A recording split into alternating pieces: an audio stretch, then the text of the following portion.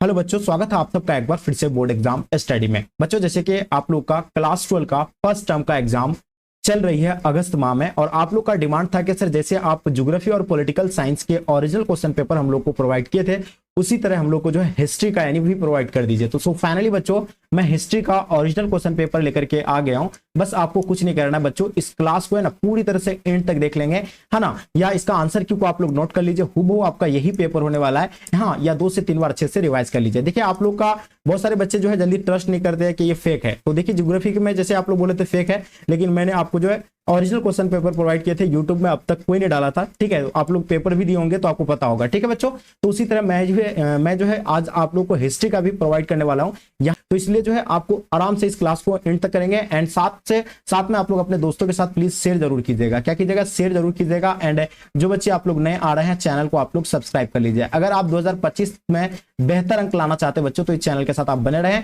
And आप लोग को मैं बता दूं कि अभी आप लोग के लिए टॉपर्स नोट्स, देखिए हम लोग कई सालों से बच्चों को जो है ना टॉपर्स नोट्स प्रोवाइड कर रहे हैं, और बच्चे उस नोट्स की मदद से पढ़ करके जो है 400 प्लस मार्क्स जो बहुत आसानी से जो है लाते हैं। ठीक है, तो इसके लिए आपको बच्चों क्या करना पड़ेगा, लिंक दिया हुआ है, आप जाइए बोर्ड एग्जाम स्टडी ऐप को इंस्टॉल कीजिए और वहां जाकर के जो है बच्चों है ना पीडीएफ कोर्स में जाइएगा और आप जो है नोट्स अपना ले लीजिए। देखिए 999 रुपया का जो आप लोग का नोट्स था वो अभी बहुत ही कम प्राइस में मिल जा रहा है। आपको लगभग 50% आपको जो दिया जा रहा है। एक अगर नोट्स लेते हैं तो आपको 29 रुपया एक सब्जेक्ट का, 129 रुपया अगर आप ऑल सब्जेक्ट का लेंगे तो आपको 50% जो ऑफ मिलेंगे। ठीक है, तो जो भी बच्चा लेना चाहेंगे आप वहां जाकर के जो है इंस्टॉल कीजिए बोर्ड एग्जाम स्टडी ऐप को। अगर आप लोग ज्यादा जानकारी चाहते हैं तो इस नंबर पे आप लोग जो है कांटेक्ट करें, 9162055090 ये नंबर है ना, इसको नोट कर लीजिएगा। ठीक है बच्चों, तो चलिए डियर हम लोग इसी के साथ जो है स्टार्ट करते हैं, है ना। यही आपका जो हूबहू इसी तरह का आपको जो है क्वेश्चन पेपर देखने को मिलेंगे। जैसे कि आपके स्क्रीन पे आ गया बच्चों, जैसे कि आपको पता होगा कि आप लोग को जो है 30 क्वेश्चन पूछे जाते हैं, है ना। 30 में से आपको बच्चों कितना 25 का ही आंसर देना होता है ना, जैसे आपको दिख रहा होगा,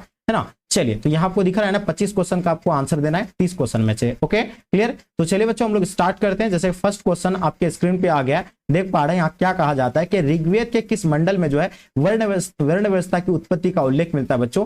प्रथम में मिलता है, दूसरे में मिलता है, 7वें या 10वें में। तो बच्चों हम लोग जानते हैं ऋग्वेद के किस मंडल में वर्ण व्यवस्था की उत्पत्ति का उल्लेख मिलता है बच्चों, तो ये आपका 10वें होगा। यानी इसका आंसर आप लोग का बच्चों करेक्ट आंसर यानी ऑप्शन आप लोग का क्या हो जाएगा बच्चों, डी बिल्कुल परफेक्ट आंसर हो जाएंगे। क्लियर, चलिए नेक्स्ट क्वेश्चन आपके स्क्रीन पर, संगम साहित्य की रचना बच्चों किस भाषा में हुई थी बच्चों, तो ये चीजें आपको पता होनी चाहिए। संगम साहित्य की अगर बात किया जाए बच्चों तो ये तमिल भाषा में हुई थी। किस भाषा में, तमिल भाषा में, एकदम बिल्कुल नोट कर लीजिए। ठीक है, 2 से 3 बार अच्छे से रिवाइज कर लीजिएगा अगर आप लोग नोट नहीं करते हैं तो। इसे भारतीय पुरातत्व का पिता कहा जाता है बच्चों, जो आपके स्क्रीन पे आ गया है ना, देख पा रहे हैं। तो हम जानते हैं भारतीय पुरातत्व का पिता जो बच्चों किसे कहा जाता है, अलेक्जेंडर कनिंघम को कहा जाता है। इसको आप लोग नोट कर लीजिएगा, ऑप्शन आप लोग का बी परफेक्ट आंसर हो जाएंगे। क्लियर, चलिए अब हम लोग चलते बच्चों नेक्स्ट क्वेश्चन जो आपके स्क्रीन पे आ गया 4 नंबर क्वेश्चन। हड़प्पा सभ्यता के निवासियों को जो है किस धातु का ज्ञान नहीं था बच्चों। देखिए हड़प्पा सभ्यता के निवासियों को किसका ज्ञान नहीं था बच्चों, तांबा का ज्ञान नहीं था, चांदी का, सोना का या आपका लोहा का। तो हम लोग जानते हैं हड़प्पा सभ्यता के निवासियों को किस धातु का ज्ञान नहीं था बच्चों, तो लोहा का ज्ञान नहीं था। इसका आंसर आप लोग का बच्चों क्या हो जाएगा, लोहा बिल्कुल करेक्ट आंसर हो जाएंगे। क्लियर हो गया आपका। चलिए आगे देखेंगे बच्चों, जो आपके स्क्रीन पे आ गया 5 नंबर क्वेश्चन आपके समक्ष में, है ना। सिंधु घाटी की सभ्यता का पुरातात्विक स्थल मांडा जो है किस राज्य में स्थित है बच्चों, तो मांडा के बारे में हो गया आपका। चलिए क्वेश्चन नंबर 6 देखेंगे बच्चों, मोहनजोदड़ो किस नदी के किनारे स्थित है बच्चों, तो ये बहुत ही इंपॉर्टेंट क्वेश्चन है। ये आपके बोर्ड एग्जाम में भी जो है कई सालों से लगातार ऐसे क्वेश्चन जो है पूछे जाते हैं। ठीक है, तो ये चीज हम लोग जानते हैं कि मोहनजोदड़ो का खोज राखलदास बनर्जी ने किया था कब, 1922 को। ठीक है, और ये जो है किस नदी के किनारे स्थित है बच्चों, तो ये सिंधु नदी के किनारे है, और इसका आंसर आप लोग का बच्चों बी बिल्कुल करेक्ट आंसर हो जाएंगे। क्वेश्चन नंबर 7 बच्चों जो आपके स्क्रीन पे आ गया, क्वेश्चन देख पा रहे हैं आपके स्क्रीन पे 7 नंबर क्वेश्चन क्या कहा जाता है ना। हड़प्पा सभ्यता में नर्तकी की मूर्ति जो बच्चों कहां से मिली थी बच्चों, ये चीज आपको पता होनी चाहिए। ठीक है, तो देखिए ये आपको सब्जेक्टिव क्वेश्चन भी हम लोग यानी कवर करेंगे। देखिए सब्जेक्टिव क्वेश्चन आपका ये है, इसका सभी का जो आपको आंसर की भी प्रोवाइड करने वाले हैं। यहाँ दोनों आपका जो है क्लास होने वाला सबसे बड़ी, तो सबसे पहले हम लोग ऑब्जेक्टिव क्वेश्चन को भी कवर कर रहे हैं। ठीक है, तो आप लोग बिल्कुल धैर्य बना के रखिएगा, हाँ ये चीज ध्यान रखिए। चलिए क्वेश्चन देखिएगा बच्चों 7 नंबर क्वेश्चन, हड़प्पा सभ्यता में नर्तकी की मूर्ति जो बच्चों कहां से मिली थी, तो ये चीजें हम लोग जानते हैं कि नृत्य करती हुई जो मूर्ति जो मिली थी बच्चों कहां से मिली थी, मोहनजोदड़ो से मिली थी। ठीक है, तो इसका आंसर आप लोग का बी बच्चों बिल्कुल करेक्ट आंसर हो जाएंगे। 8 नंबर क्वेश्चन, गोदीवाड़ा के प्रमाण कहां से मिले थे। देखिए गोदीवाड़ा मोहनजोदड़ो से मिले थे, लोथल आपका हो जाएगा, हड़प्पा हो जाएगा, चंद्रहोदड़ हो जाएंगे। तो बच्चों ये आपका हो जाएगा कहां से हुआ था, 8 नंबर क्वेश्चन आपके स्क्रीन पे। चलिए 8 नंबर क्वेश्चन के बारे में आप लोग को बताना बच्चों, इसका आंसर आपका क्या हो जाएंगे 8 नंबर क्वेश्चन का। ठीक है, तो गोदीवाड़ा बच्चों ये चीज हम लोग जानते हैं कि लोथल से मिला था, कहां से मिला था बच्चों, है ना। चलिए बताइए, लोथल होगा बिल्कुल इसका आंसर आपका, कहां से मिला था बच्चों, लोथल से मिले थे, यानी ऑप्शन आप लोग का बी बिल्कुल करेक्ट आंसर हो जाएंगे। ठीक है, चलिए नेक्स्ट क्वेश्चन देखिएगा बच्चों, 9 नंबर क्वेश्चन आपके स्क्रीन पे आपके समक्ष में। चलिए बताइए इसका आंसर क्या हो जाएंगे। देख पा रहे आप लोग, हड़प्पा सभ्यता किस युग की सभ्यता बच्चों? तो हम लोग जानते हैं पूरा पाषाण युग है, बिल्कुल नहीं होगा इसका, है ना, कांस्य युग है। तो इसका करेक्ट आंसर हो जाएंगे बच्चों, क्या हो जाएगा आपका, यानी कांस्य युग के हो जाएंगे। चलिए क्वेश्चन देखिएगा 10 नंबर क्वेश्चन, सुमेरी अभिलेख में किस देश की जो है नाविकों का देश कहा जाता है? यानी सुमेरी अभिलेखों में किस देश को जो है नाविकों का देश कहा जाता है? दिलगुन को कहा जाता है, बिल्कुल गलत हो जाएगा। मागान को, बिल्कुल इनमें से कोई नहीं। इसका आंसर आपका मेलुआ हो जाएगा बच्चों, बिल्कुल करेक्ट आंसर हो जाएंगे। 10 का आपका जो होगा बिल्कुल सी करेक्ट आंसर हो जाएंगे। ठीक है बच्चों, क्वेश्चन 11 नंबर क्वेश्चन आपके स्क्रीन पे आपके समक्ष में। चलिए क्वेश्चन देख पा रहे हैं, महाभारत कितने पर्व में विभक्त है? तो हम लोग जानते हैं महाभारत जो है बच्चों 18 पर्व में विभक्त है। और महाभारत का युद्ध किसके किसके बीच हुआ था? कौरव और पांडव के बीच हुई थी। पांडव की इसमें जीत हुई थी। महाभारत का लेखक कौन है बच्चों? वेद व्यास है। ये भी चीजें आपको जो पता होनी चाहिए। ठीक है, चलिए आगे देखेंगे बच्चों, महाभारत की रचना किस भाषा में हुई है बच्चों? Question number 12। ठीक है, प्राकृत बिल्कुल नहीं होगा, हिंदी नहीं, हम लोग जानते हैं कि संस्कृत भाषा में लिखी गई है और इसका आंसर आप लोग का राइट आंसर हो जाएंगे। ठीक है, महाभारत में कितने प्रकार के विवाह का उल्लेख है बच्चों? 8 प्रकार के। 13 नंबर क्वेश्चन, परिवार के मुखिया को क्या कहा जाता था? देखिए परिवार के जो मुखिया होते थे उसको क्या कहा जाते थे बच्चों? स्वामी कहते थे, है ना, या ग्रामीणी कहते थे, या कुलप कहते थे। देखिए इसको कुलप कहे जाते थे, और पता कुलप को ही जो है क्या कहते हैं? गृहपति भी कहते हैं, गृहपति भी कहते हैं। ये भी चीजें आपको जो पता होनी चाहिए। आगे देखेंगे, मोहनजोदड़ो का मतलब महाजनपदों का उदय जो बच्चों कब हुआ था बच्चों? 14वीं शताब्दी ईस्वी में, बिल्कुल गलत है ना, 11वीं नहीं होगा, 18वीं नहीं होगा। ये जो आपका यानी बिल्कुल 6ठी शताब्दी ईस्वी पूर्व, यानी ऑप्शन आप लोग का बच्चों बिल्कुल करेक्ट आंसर होना चाहिए। एक चीज आप लोग नोट कर लीजिएगा, ये महाजनपदों का जो उदय हुआ था बच्चों कब हुआ था? 600 ईस्वी पूर्व से लेकर, 600 ईस्वी पूर्व से लेकर, है ना, एकदम नोट कर लीजिए, 300 ईस्वी पूर्व, है ना। ये चीजें आपको बिल्कुल याद रखना है, 300 ईस्वी पूर्व, है ना, नोट कर लीजिएगा। और इसका करेक्ट आंसर बच्चों क्या हो जाएगा? ऑप्शन आप लोग का डी बिल्कुल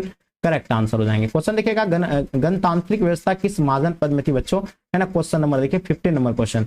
चलिए बताइएगा क्या हो जाएगा इसका। तो बच्चों ये चीजें आपको जो बहुत अच्छे से पता होना चाहिए, है ना। हम लोग जानते हैं कि ये जो थे यानी कहाँ थे बच्चों? तो ये थे वजीफ में थे, और इसका करेक्ट आंसर हो जाएंगे। देखिए आप लोग क्लास किए होंगे तो आपको पता है कि मेरे द्वारा आप लोग को ओरिजिनल क्वेश्चन पेपर प्रोवाइड किया जा रहा है। ठीक है, और यहाँ तक आप लोगों के लिए बच्चों स्पेशल नोट्स, अगर आप इस नोट्स को अगर पढ़ लेते बच्चों, इससे बाहर आपको एक भी क्वेश्चन देखने को नहीं मिलेंगे। अगर जो भी बच्चा नोट्स लेना चाहते हैं तो बोर्ड एग्जाम स्टडी ऐप जो इंस्टॉल कीजिए, आप नीचे लिंक दिया हुआ है, उस लिंक पे क्लिक करके आप इंस्टॉल कर लीजिए, है ना। इंस्टॉल करने के बाद आप जो जाकर के पीडीएफ कोर्स वाला सेक्शन में जाके आप जो है कोर्स को ले सकते हैं। बहुत ही आपको सभी सब्जेक्ट का सभी थ्योरी मिलेंगे, सब्जेक्टिव ऑब्जेक्टिव मिलेंगे, है ना, मॉडल पेपर दिया जाएगा, साथ में क्वेश्चन बैंक भी रहेंगे। बताइए इतना कम प्राइस में आपको सारी चीज की सुविधा दी जा रही है। अगर आपको ज्यादा जानकारी चाहिए तो इस नंबर पे आप लोग कॉन्टेक्ट कर सकते हैं, 9162055090, 9162055090 बच्चों, ये आप लोग नोट कर लीजिएगा, 9162055090। ठीक है, चलिए अभी दिख रहा होगा आपको 16 नंबर क्वेश्चन।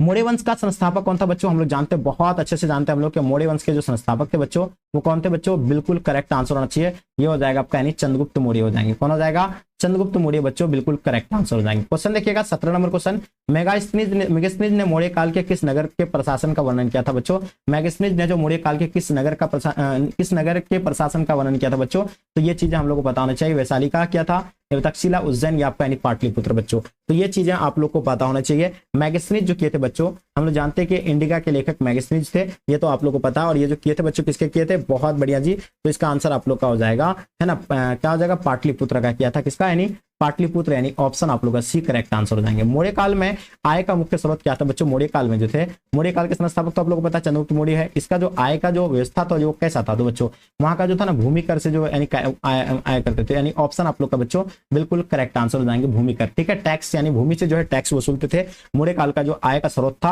वो भूमि का टैक्स था। ठीक है, हाथी गुफा अभिलेख जो बच्चों कहां से प्राप्त हुआ था? तो देखिए हाथी गुफा अभिलेख हम लोग जानते हैं कि ये जो महाराष्ट्र के जो है, महाराष्ट्र के कौन जिला बताए? तो एक भूल है, उस जिला से आपको दिखा रहा, लेकिन यहाँ आपका दिया हुआ पाटलिपुत्र से, उज्जैन से, मंदसौर से, औदागिर से। तो इस क्वेश्चन को हम लोग स्किप कर देते हैं, इसलिए क्योंकि 30 में से हम लोग को 25 ही क्वेश्चन का आंसर देना है। ठीक है, लेकिन यहाँ ऑप्शन में दिया हुआ नहीं है, महाराष्ट्र दिखा रहा है। ठीक है, देखिए आप देखेंगे 20 नंबर क्वेश्चन, महाभारत में गंधार कला का विकास किसके प्रभाव में हुआ था बच्चों? आपके सामने 4 ऑप्शन दिया हुआ है, जल्दी बताइएगा। देखिए अगर बात किया जाए तो ये आपका हो जाएगा क्या? महाभारत में गंधार कला का विकास के प्रभाव जो हुआ था बच्चों, ये इनमें से कोई नहीं इसका करेक्ट आंसर हो जाएंगे। ठीक है, चलिए आगे देखिए बच्चों, मृच्छकटिक की रचना बच्चों किसने किया था बच्चों? 21 नंबर क्वेश्चन का आपका आपके सामने 4 ऑप्शन दिया हुआ है ना, जल्दी बताइए इसका आंसर क्या हो जाएंगे। 21 नंबर क्वेश्चन का करेक्ट आंसर होना चाहिए बच्चों, तो इसका आंसर आप लोग का हो जाएंगे क्या? शूद्रक हो जाएगा। जो बच्चे आप लोग शूद्रक बता रहे बच्चों, बिल्कुल करेक्ट आंसर हो जाएंगे। क्या हो जाएगा? शूद्रक, बिल्कुल परफेक्ट आंसर हो जाएंगे। एरन अभिलेख कहाँ पाए गए थे बच्चों? 22 नंबर क्वेश्चन का, बंगाल में, बिहार में, मध्य प्रदेश, राजस्थान में। तो एरन अभिलेख की अगर बात किया जाए बच्चों,